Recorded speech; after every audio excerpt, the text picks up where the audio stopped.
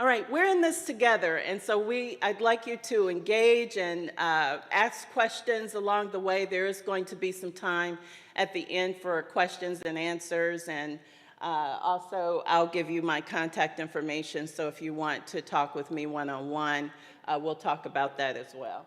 Next slide. This QR code will lead you to some of the free resources that are available. So if you want to scan that QR code, it'll take you to the HR website, and then you just click on the free resources, put in your name and email address, and you'll have access to lots of free resources. But for the purpose of today, we have a sample resume there that you can grab. We have the PowerPoint from today's presentation. There is a resume writing guide for how to write a resume and the things you need to think about. And then there are interview questions, because one of the things I found is that candidates often don't have interview questions prepared. And it is important to remember that 50% of the decision regarding the job is yours, and 50% is the employer's. So you want to make sure that you have all the insight and information you need to make a good decision about if a job or a company is right for you. Next slide. All right, so we're living in this world that is what we call a VUCA world. What does that mean? So one of the military branches came up with this concept, and it was further developed by a gentleman by the name of Peter Vail. He's a social theorist, and he looked at this from the perspective of what's going on around us. Way before COVID, he worked on this. And one of the things that he found is that we're living in a world that's volatile, it's uncertain, it's complex, and it's also ambiguous. And as it relates to the job market and as it relates to careers, we know that since January 20th, it's been even more volatile and uncertain and complex and ambiguous. And so if the federal government is changing all of the things that they're doing with executive orders, et cetera, it has an impact on everyone. Even if you haven't experienced it yet, be prepared, because it's coming. I can tell you that as a business owner that does business with the federal government as well as private sector companies and faith-based organizations, we've been impacted. Even though we didn't lose our contracts payments have slowed down, where we were waiting 2 months to get paid, and then we had contracts where task orders weren't being awarded as fast. So these things have an impact on cash flow and paying people and all these things. So we've also seen it with people losing their jobs. We've seen people be laid off, be terminated, et cetera, take early retirements, forced into early retirement when they're not ready. So for us as African Americans and minorities and people of color, we want to make sure that we are well prepared and we understand that when these things happen, they really happen to the underserved, underrepresented, and people of color, i.e. African Americans in particular. So this is about preparing us to be better able to be successful in spite of what's going on around us. I love this verse, Proverbs 16, verse 3. It says, "Commit to the Lord whatever you do, and he will establish your plans." And the Bible talks about how oftentimes we fail for lack of having a plan, for lack of planning. And our careers is a part of that. So whether we are in college or whether we have finished college and we're in our careers, it's important to think about, what is God calling me to do? What is my purpose? And what is the plan I'm going to use to get there? Next slide. So I'd like you to be thinking about this. Like, what do you think the role of a resume plays in your career? So be thinking about that question. Because of time, we're not going to get into the exercise. I like to interact on these things, but we won't do that today. But be thinking about that. Next slide. So I want you to be aware of some of the stats. These are factual stats about resumes. First of all, Employers can make a decision, recruiters, about a resume in 6 to 8 seconds. So your resume has to be tight and on point. Next, 77% of hiring managers say a strong resume influences interest. So if your resume is appealing, it's clean, it's easy to read, easy to follow, your resume moves from point A to point B. 78% of information on resumes are misaligned or untrue. That means that the resume is not a legal document, by the way, so one of the things that's really important to note is that really sharp recruiters and employers, hiring managers, they pay attention to what's on the resume. They're going to ask you questions about the resume, and if you aren't able to answer those questions successfully, they pass you over. So you want to make sure that your resume accurately reflects who you are, your capabilities, your knowledge, and your skills and your competencies. Resumes are a personal marketing tool. Think of it as a business card. It gets in the room before you get there, and it presents and sells you to a potential employer. So a great resume can increase interview invites by 40 to 50%. Next slide. So these are the priorities for recruiters and for hiring managers. They're looking to hire the best, most qualified person for a position. So you want to make sure that the resume has clear summary or objective aligned with the job that you're applying for.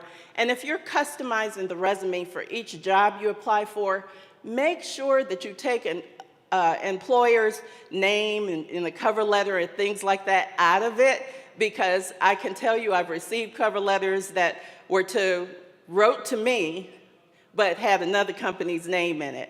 And it's a turnoff, and you're like, okay, they're not paying attention, pass, and you just keep going. So be sure about that.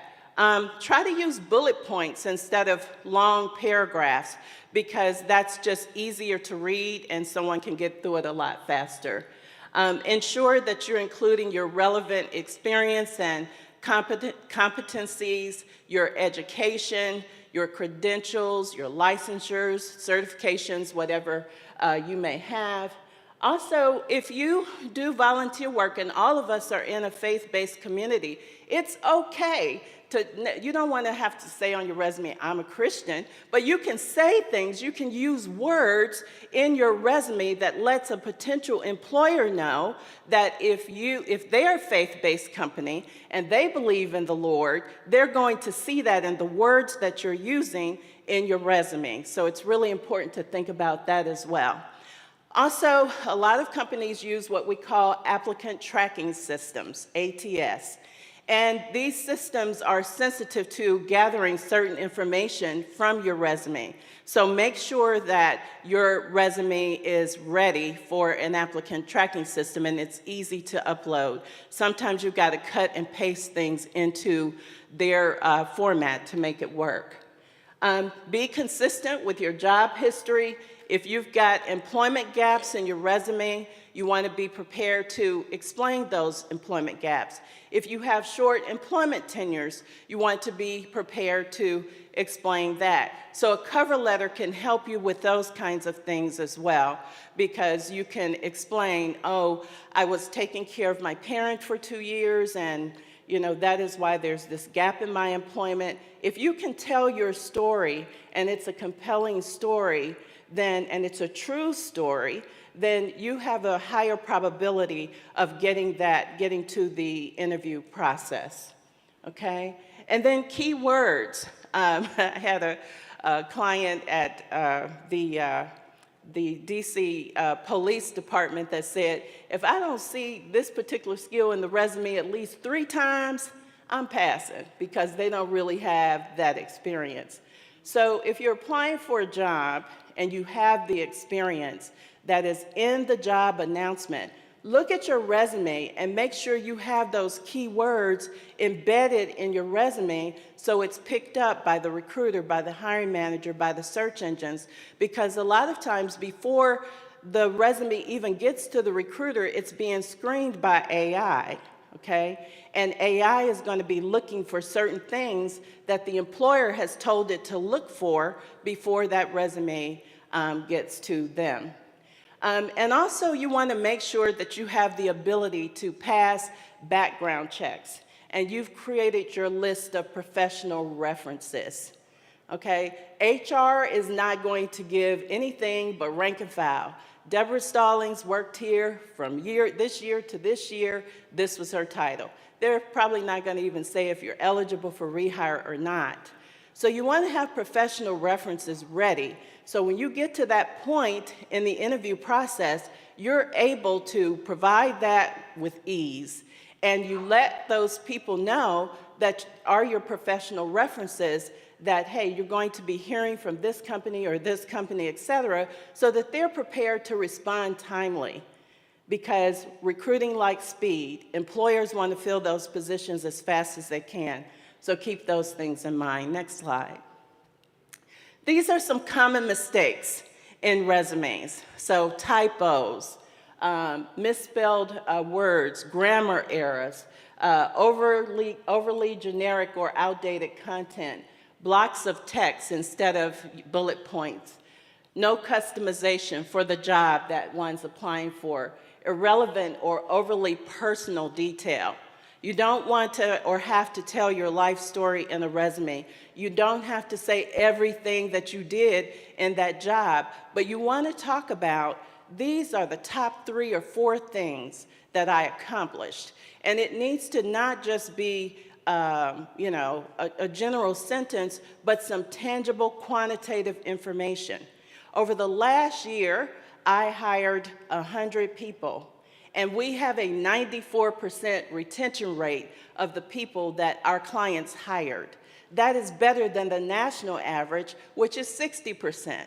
So you see how you can use quantitative statistical information to get your point across without you being in the room. You also want to think again about those gaps in employment, because if they're unexplained and you have short employment tenures, it's going to tell the employer a story. Now, it might not be the right story, and it may not be the story you're trying to deliver. So again, that cover letter will help you with that. Next slide. So the cover letter.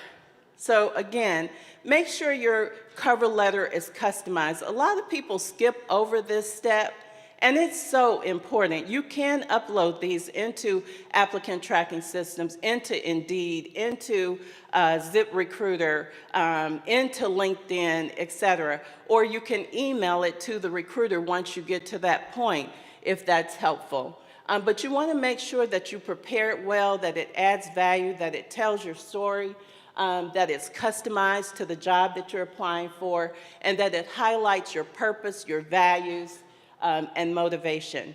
And thank you notes are also important. So after an interview, send a thank you note. Hey, thank you for your time and for considering me for this opportunity. Rarely do we see candidates doing that today. But when a candidate does, it takes you higher up on the list of potential candidates because you're showing that you're thorough and following through. LinkedIn. Okay, so having a digital business card is also important, and LinkedIn is the most professional social media resource for looking for jobs. So if you're looking for a job, LinkedIn is a great resource. If you've not used LinkedIn or you don't know a lot about it, go to YouTube, watch some videos, and get up to speed on that because it's a great resource for you. You can find all kinds of people in LinkedIn. You can find CEOs and presidents of companies. I get emails all the time from people that don't have my email address. You know how they find me? They go to LinkedIn and they click on things, they get to the website, they find that CEO at hrnew.com, and they send me an email that comes into my inbox. So even though someone's looking at that for me, I still get to see those emails, and I can ask, hey, why didn't you, to the recruiter, why did you not pass on Breget's resume to me? Because I saw it, you know? So make sure that you have an updated LinkedIn. Good picture explain who you are, get people to endorse you as well, to say, this is, Deborah's experience and what she's done, supporting me, and why you should work with her as well. So take care of your LinkedIn. Next slide is also about social media. And so what I want to share with you about this is that employers do look at your social media. They can look at Facebook, they can look at TikTok, they can look at Instagram, all those things. And sometimes you can see the trail where someone has gone to look at you. An employer is not going to tell you that they looked at your social media, but they do. And if they see things that are concerning to them, they're not going to move forward with talking with you or interviewing you or hiring you to work for their company. So emails like, I'm trying to make up something, big something Deborah, or some name that, it's like, where did that come from? Some name that is just not going to help your cause, okay? Or pictures, or things that, are not positive. I call them, they're scare-worthy instead of share-worthy. So think about these things. When you're looking for a job, employers are paying attention to all these things. Next slide. All right, so when you're working on your resume, you want to redline it. There are tools you can use. There's Microsoft Word has a read aloud feature. How many of you know how to use read aloud on Microsoft Word? Okay. If you don't know how to use it, if you're in Microsoft Word, you click at the top on Review, and then when you get to Review, there's a button that says Read Aloud. And you put your cursor on the first word, and you click on Read Aloud, and it'll read it out to you.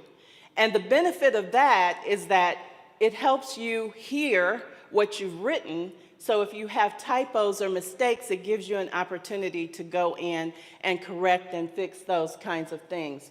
Remove outdated information from your resume. Keep your resume current and ready to go.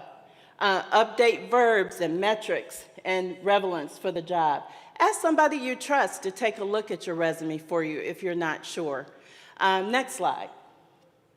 So I won't cover this one. We'll go to the next one. Next slide. Okay, I want to talk about confirmation bias in hiring. So we've all heard the term unconscious bias. There's over 150 different kinds of biases, and one of them is called confirmation bias. And in confirmation bias, what it means is that I decide how I'm going to make a decision based on the information that I see, not necessarily based on the information that I know. And so the Texas shooter, there's an example of that where you put the target in a certain place, you shoot the gun at that particular target, and it looks like you hit the center when you really didn't, but that's called confirmation bias. And so as it relates to recruiting and hiring, it can, employers will look at things that tell them a story about that particular candidate. So names, as an example, is one. One of the Harvard University did a study, and they reported that ethnic names receive 50% fewer callbacks. So if you have an ethnic name and you're concerned about that, you could just use your initial and your last name, or you could use your initial and your middle name if it's not an ethnic name, and your last name. So just think about those kinds of things when you are doing your resume, because there are all sorts of things that can disqualify you before you get to that point where someone's considering you for a job. And so for us as African Americans, our resumes are scrutinized more harder than others. So this is important to think about. Next slide. Okay, your resume is a strategy. And so we want to make sure that our resumes put us in a position to lead with power. Because it's your business card. It's going to get you in the door. It's going to get you that interview. So a well-prepared, honest, high-quality resume is not a formality. It is a strategy. So think about it as, this is what I'm going to do to get this job. When I'm, pursuing business opportunities with clients, I write proposals all the time. I do presentations all the time. I've always got to tell them, why should you work with HR New and why you should work with me? What is the difference between me and the next company? And how do I keep that work even after I get it? So the resume works the same way. Next slide.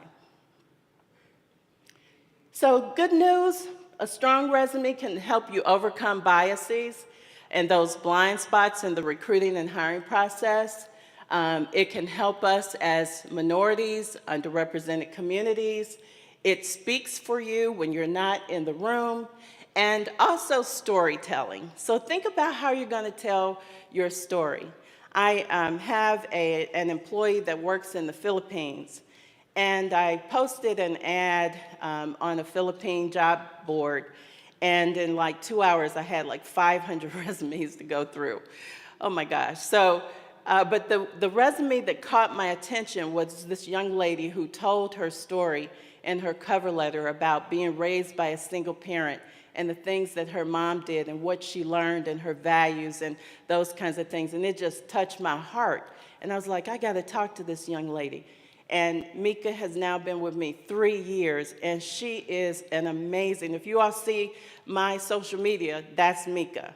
And she is an amazing young lady. So make sure that your resume can tell the story, tell your story, and become your advocate even when you're not in the room. Next slide.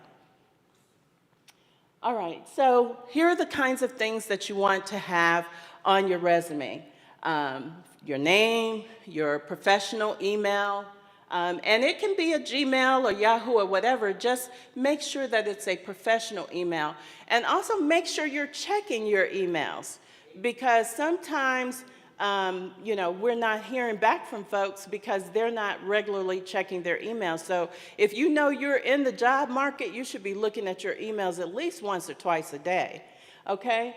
And then also your zip code. I wouldn't put my address in resumes anymore because it's just too much fraudulent things going on in the world today. So you want to protect as much information as you can, and you can give your address to an employer when you get to the point where an offer is being made.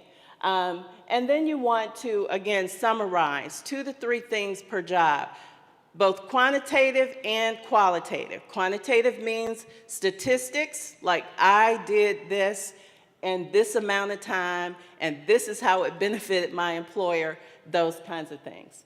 Okay, your skills section, tell your story, your education, your credentials, and such. Next slide. Volunteer-based experience, we talked about that. Your awards, recognition, things like that are important as well. Next slide. Here's a couple of quotes. Your resume is not just about getting a job, it is about elevating your voice, your experience, and your God-given potential. And your resume should tell your story in a way that's organized, truthful, and tailored to your goals. The sections may vary slightly, but these are the essentials that help employers see the full picture of who you are. So just remember, that sheet of paper is representing you before you're in the room. Next slide. All right, AI. So a lot of us are afraid of AI. I'm in a business owner group called the Pinnacle Global Network, and they started introducing us to AI before it really got out there. But one of the things that's really important is we have to learn as people of color to embrace change when change is going to be helpful to us. So you can leverage AI in positive ways.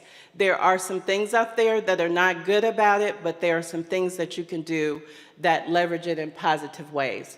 So as it relates to resumes and such, you can use it to help you organize your resume. So after you kind of get it together in terms of all of the things I've talked about as far as organizing your resume, you can upload it into chat. And you can say, hey, chat, give me, it's like having a conversation with your best friend. And I love it because we go back and forth sometimes. I don't agree with everything, but we get to a point like, okay, I see your point. But anyway, you can upload your resume, you can ask it to give you feedback, and it gives you feedback and makes recommendations. If you don't understand something, say, hey, I don't understand, why are you saying I need to do this or that? And it'll give you feedback on that as well. You still get to make the decisions, right? You're the human being, but these give you insights. So on the